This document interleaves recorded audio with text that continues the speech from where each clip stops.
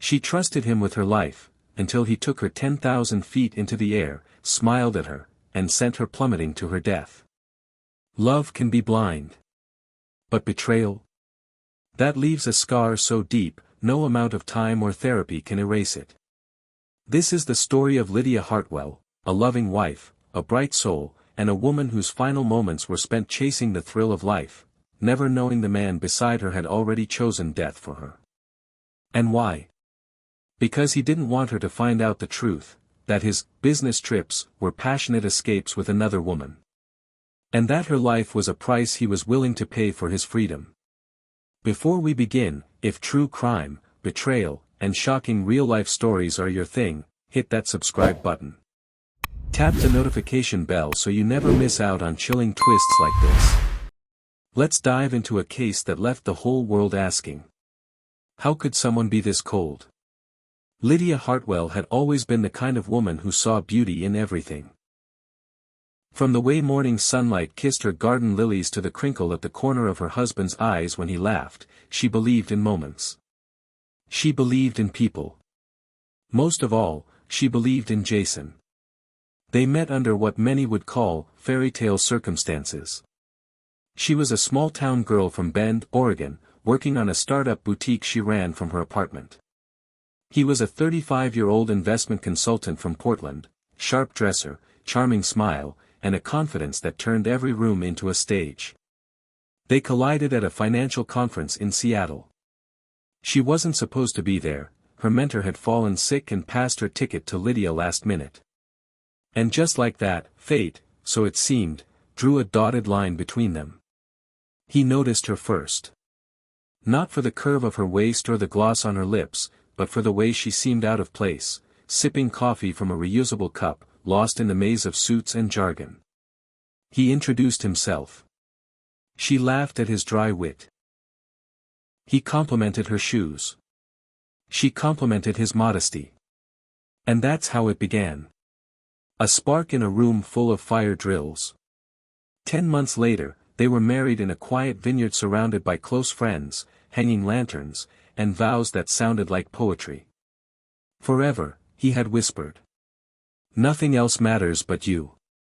To everyone around them, they were the dream. Date nights. Matching pajamas. Getaways to Aspen and Cabo. Photos flooded social media, my heartbeat in human form. Built this life with my best friend. He was her biggest cheerleader. She was his constant. Or so she thought. But sometimes, love is loud enough to drown out the ticking of a time bomb. Jason, behind the curtain, was living a life Lydia couldn't even imagine. And while she was planning brunch menus and designing his birthday gifts from scratch, he was entertaining a woman named Andy in hotel suites 3 states away. The signs were there, but love made Lydia generous. He stayed longer at the gym. He's just trying to stay healthy. He smiled at his phone a little too often. Probably his fantasy football group. He canceled dinner last minute 3 times in a row. Work stress. Poor guy. The truth was, Jason was already gone. Emotionally. Spiritually. Physically. All that remained was the performance. And no one gave a better performance than Jason Hartwell. He was the master illusionist. And Lydia? She was the final act. But not even she could have predicted what he'd do next. Not just lies. Not just betrayal. Something far darker. A vacation. A skydiving trip. And a plan so cold, so calculating, it would leave Lydia clinging to life in more ways than one.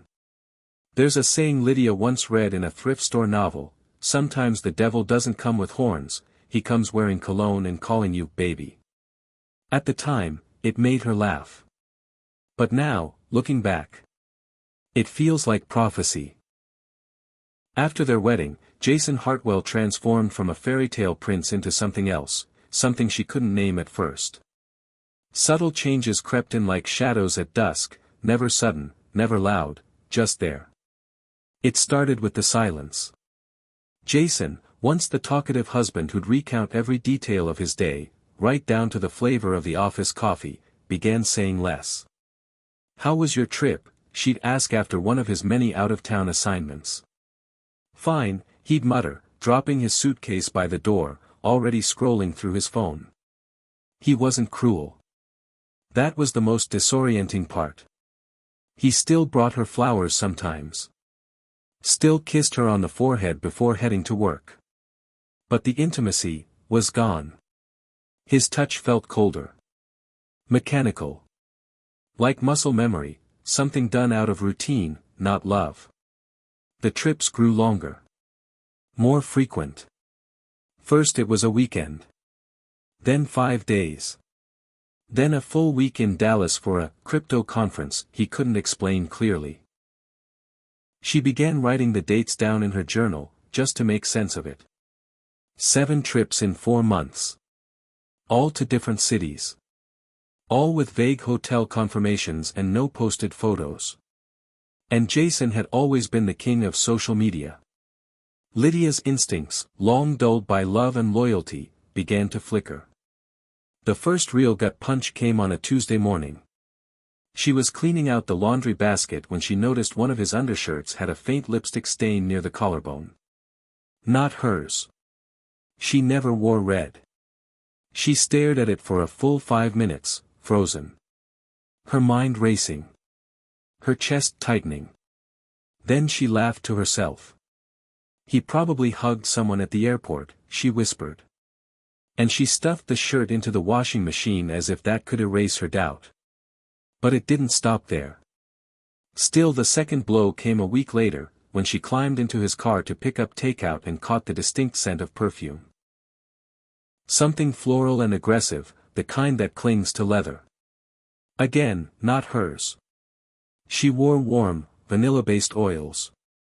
This was synthetic. Loud. Unfamiliar. Still, she rolled down the windows and told herself she was being ridiculous. Maybe he gave a coworker a ride. Or maybe a store clerk wore too much perfume. But deep down, a part of Lydia had stopped believing her own excuses. She tried to ask him once.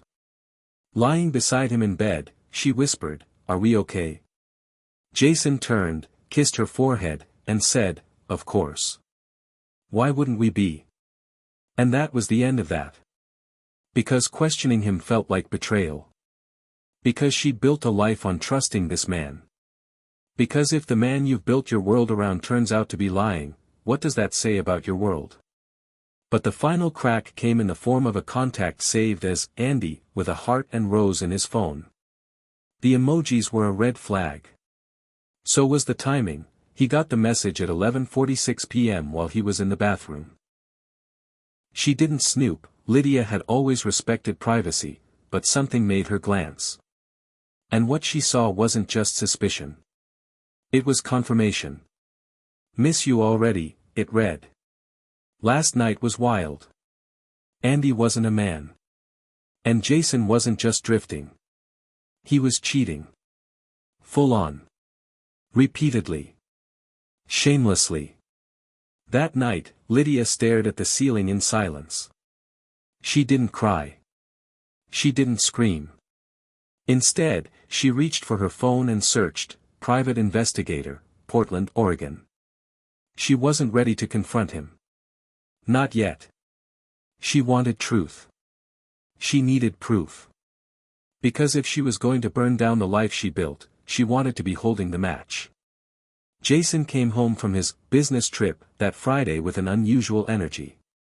His usual detachment had vanished, replaced by something strangely vibrant, like a man who had just gotten away with something and was daring fate to catch him. He walked into their kitchen with a bright, almost boyish grin, holding a pair of printed tickets like a prize. "Babe," he said, placing them on the marble counter. "Surprise. I booked us a getaway." Lydia blinked. "A getaway? San Diego. 4 days.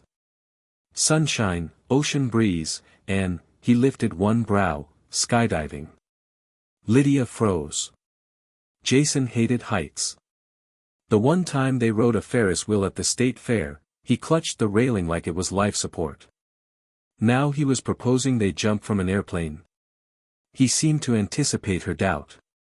I know. But I figured, life's short. Why not do something wild together for once?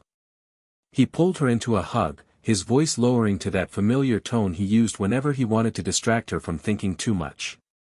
You've been stressed. The boutique, your mom's health, everything. Let me treat you. Just us. You and me. It sounded so thoughtful. So romantic. But in Lydia's mind, alarms were going off. He had never once offered a spontaneous trip. And now, after she'd quietly hired a private investigator who was halfway through uncovering his secret double life, he wanted to whisk her into the sky. Still, she didn't resist.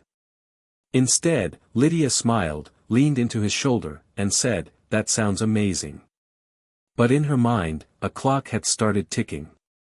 3 days later, they arrived in San Diego. The weather was pristine, the skies impossibly blue. Their hotel overlooked the ocean, with glass balconies and champagne waiting on ice. Jason was attentive, overly so. He ordered her favorite meals, booked couples massages, even gave her a delicate bracelet that read, "Ride or Die," in cursive letters. He was trying too hard. Lydia could feel it, like a magician performing too many tricks at once to hide the sleight of hand. But she played along. Not out of love, out of strategy. The private investigator, whose name was Thomas Greer, had already sent her damning evidence. Photos of Jason and a woman named and Miles at a luxury spa in Miami. Hotel records. Text logs. Money transfers totaling over $60,000 across 5 months. It was all real. And it was worse than she ever imagined. Jason wasn't just cheating. He was planning a life with Andy. She had no idea what Jason had told her. Maybe he claimed to be divorced. Maybe he promised Lydia had cancer and wasn't going to make it. Either way, Lydia knew. She was the only obstacle left between Jason and his fantasy future. And he was about to take drastic measures to remove her. The morning of the jump arrived. They drove in silence to the airfield, Jason humming along to classic rock, Lydia gripping her harness straps, trying to quiet her gut. The instructor greeted them, ran them through the safety protocols. He showed them the chute packs, explained how to deploy the main and the reserve, and double-checked everything himself. But just before the instructor walked away, Jason stepped in. "Mind if I help her get hers on?" he asked casually. He crouched behind Lydia. Tightened her straps. Adjusted her gear. Tied off a cord. His hands lingered longer than necessary, but she thought nothing of it, until much later. They boarded the plane. As the altitude climbed, Lydia looked out the window, trying to steady her breath. Jason leaned close, his voice calm, intimate. "You trust me, right?" Lydia turned, met his eyes, and said, "With my life." It wasn't a lie. It was a test. The door opened. The wind roared. The countdown began. Jason nodded to her. "You go first." Lydia smiled, and jumped. The fall was exhilarating. At first. Then, panic. Something was wrong. Her chute jerked violently, then failed to bloom. She pulled again, nothing. The reserve handle ripped off in her hand like paper. She spiraled out of control, her screams vanishing into the wind. Below, Jason deployed his parachute smoothly and drifted down like a feather. His feet touched the ground. He looked up. No sign of Lydia. When her body hit the ground moments later, paramedics rushed in, but it was too late. Lydia Hartwell died on impact. The investigation was swift. Skydiving gear is tightly regulated. When authorities inspected her equipment, what they found shocked even seasoned professionals. Both her main and reserve parachute cords had been deliberately tampered with.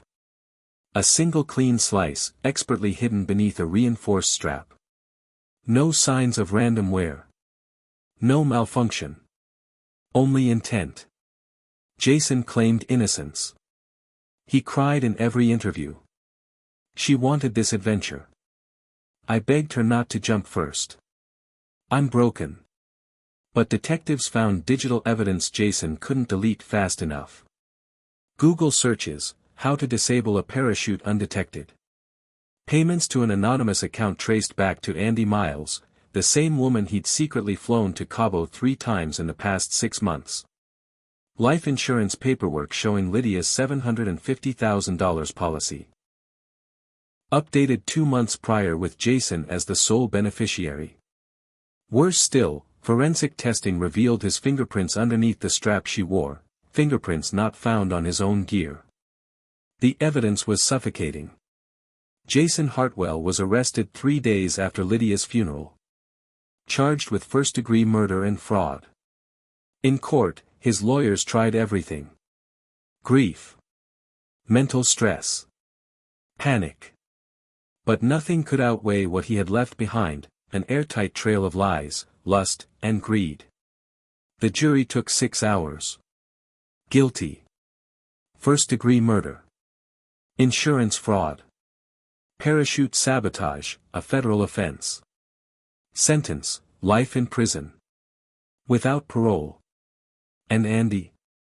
She fled the country before trial. Authorities believe Jason had wired her enough money to vanish.